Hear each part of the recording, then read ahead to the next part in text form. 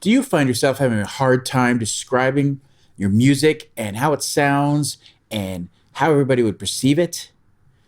Do you also find yourself listening to different varieties of musics? Maybe you're not just in one lane. People say, "What kind of music do you listen to?"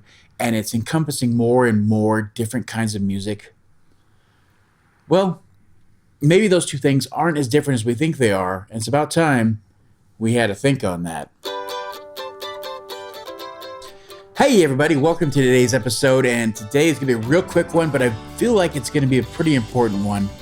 And we're going to go deep into the idea of how genres are dying and how you should really learn to define your music and explain it to others that will help you focus on what you're doing and help you draw in an audience faster and grow your fan base even quicker.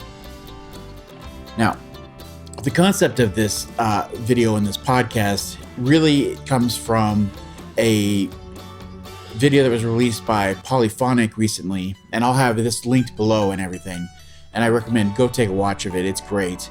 And it just talks about how genres are becoming less and less of a thing, and it goes into the meaning of genres, how they became a thing, and why it's okay that they might be disappearing, all those kind of things. Great video, great concept, and I just wanted to take it at a different perspective.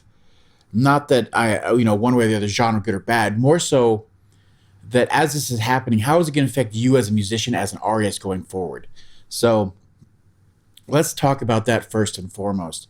One of the hardest things as a musician, when somebody comes up to you, especially in the beginning of your career, somebody will say, okay, so what do you sound like? Or, if you're trying to get booked, like what kind of music are you?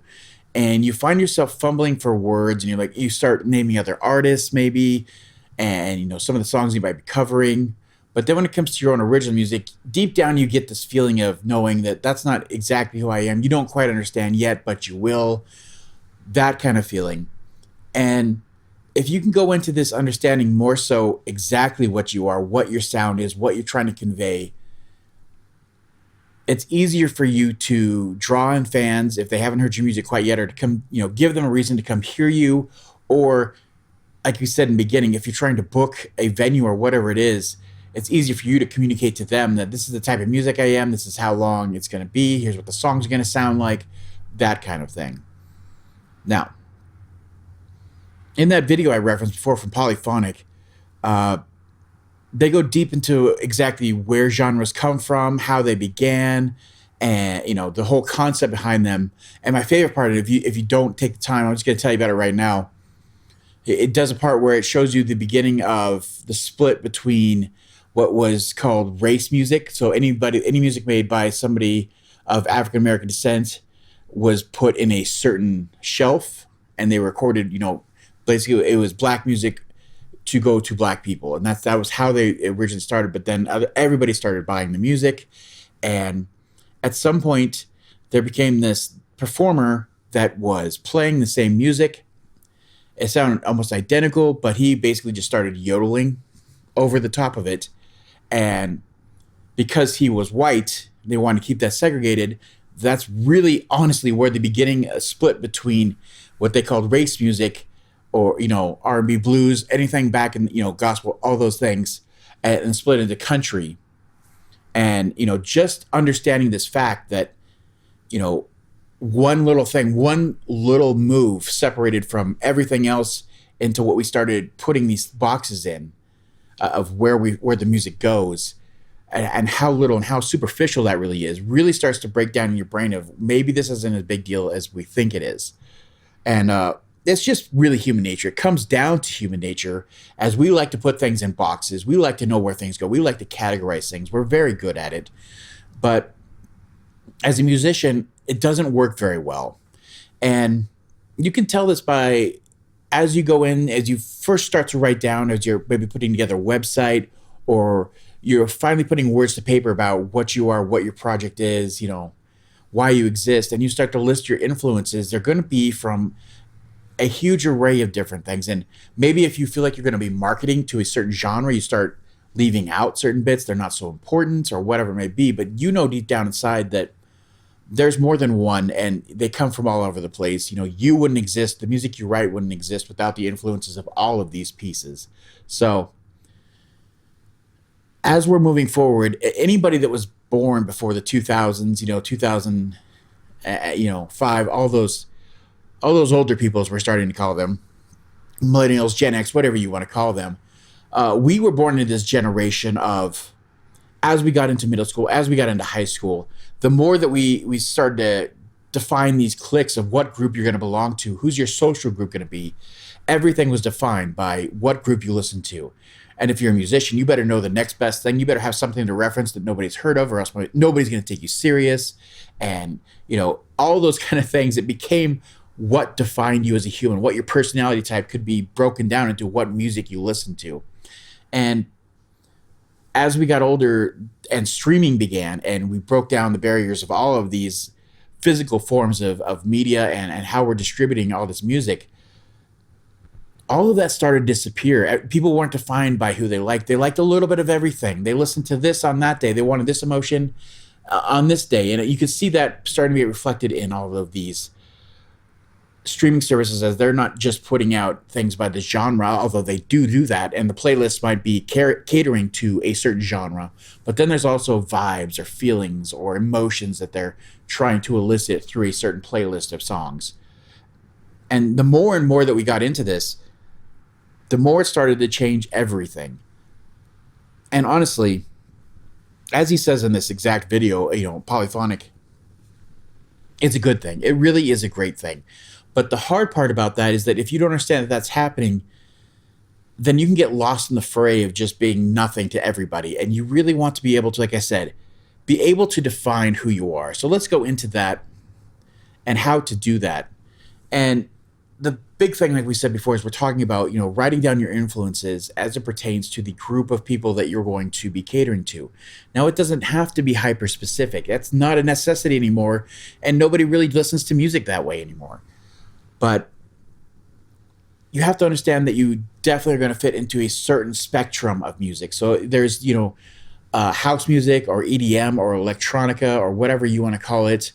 All of that has its own feeling, its own vibe. You're going for a certain feel. And then you get into, heavy rock or metal. You're definitely going for this aggressive feel usually. And singer-songwriter, country, rap, R&B, hip-hop, whatever it may be, you're going to know exactly who you're catering to. You know exactly when you're reaching out to venues what you want to be booked for. So you need to be filtering that way. So as genres start to disappear and people don't really care about them, the only reason that you're using these ideas and these concepts is just for the reasons of being able to get across to a booking agent, to a venue, that yes, I'm a singer-songwriter, or I play guitar, or I have a band, and we play this kind of music. You're going to want to book us on these nights, And another great part of that is we're talking about all those kind of things, and you're starting to move up in your career, and you're going to be taking those next steps. Something you're going to want to do as you're starting to get booked more, and you're starting to get more money, and you're trying to get more shows put together, is build a bill together. And you're usually going to want to put together a bill that has some sort of concept, a flow to it, a reason, for existing. If it's not all like hard rock music or, whatever it is, you're a bunch of cover bands or country music or whatever it is, usually those bills kind of stick together because it draws in more people, sells more tickets, it sells more food and drinks for the venue you're at, whatever it may be, but it enhances your power of being booked and demanding more money for what you do, for your art, for your music. So it's great that genres are disappearing. It is a fantastic thing. All music should be accepted, and it shouldn't be just the worst part for me. And I might stand alone compared to a lot of people, and that's okay. Feel free to berate me on this one. But my problem with genres is that people start seeing how they're doing, or they see how they're doing well, or the money starts getting made in one certain area.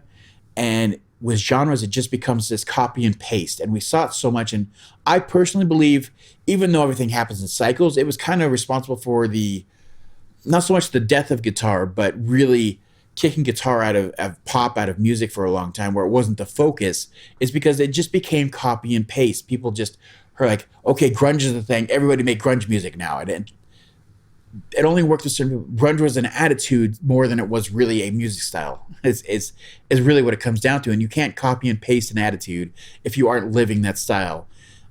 It really comes through as inauthentic, and people pick up on that very quickly. And then they're on to the next genre, and you've killed that. And then this heavy distorted guitar is moving into pop music, and then they want it out of that, and then we're moving into different influences.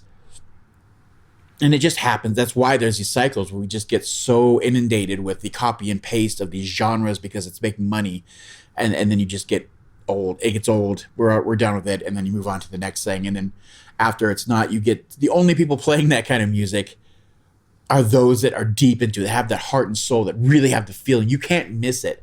And then all of a sudden we're back in again, and they're blowing up, and then the cycle continues. You've seen it with so many different genres. We saw it with rock, in the 60s and the 70s. It kind of died off, and it was more pop. And in the 70s, guitar comes back in, and we're getting these guitar gods and all this music blowing up. We've seen it with blues a number of times. Hopefully we'll see it again as a blues artist. I'd love to see it again where, in the early 1900s, blues music explodes into this amazing music, and then it kind of gets exploited for a while, and it dies off in the 50s and the 60s. It's almost non-existent in the 60s, and then we get this resurgence in the late 70s and 80s. Thank you, Stevie. And it's just this wonderful renaissance, and then again, we're back to guitar music dying off, and it could come back, it might not. And we've also seen other genres not continue on, not go into the cycle. Disco, for the most part, really died off. We've seen bits and pieces here and here where people will take ideas from it or take drum lines from it or, sample it here and there. But you never know. It could come back, but we haven't seen too much of a resurgence. So, the ebb and flow of music is natural, but the more that we're breaking down these barriers, the more the genres are starting to disappear, the more that we're just going to get a flow of what sounds good, and what works, what's authentic with them. That's what's going to matter. Not so much that you're playing the right notes, your song's the right length, all those kind of things that become just so stupid and arbitrary. I'm sorry, country music, I've got to call you out on this one, but if you go down to Nashville and the Hit Factory, and it's just everything had to be cookie cutter, the right song, playing the right chord progression, getting the right sounding vocals, and it just sounds so redundant. And so it was one of the reasons personally that I just couldn't get into country when I was younger. It just felt like the same thing over and over, was being punched in your face like nonstop. And then once you start to understand who their influences are, the beginning, and the further you dig back, the more of that appreciation you start to find. And every music has that example of you can do the exact same thing, dig deeper, find the influences, find the people that led the way, that innovated, and you'll get that spark. You'll feel that authenticity. And I think that's more what we're going to be returning to now. That authenticity is going to be the key to everything. If you aren't making music that means a lot to you, that's giving you that fire in your soul, that's really emanating from you because it's who you are, people are going to notice that, and they're not going to take you serious, and you won't go as far. And that's a great, to me, that's a great reason that we could see so much better music coming out in the future, because of the breakdown of these lines, these segregation, these boxes, the depth of genres.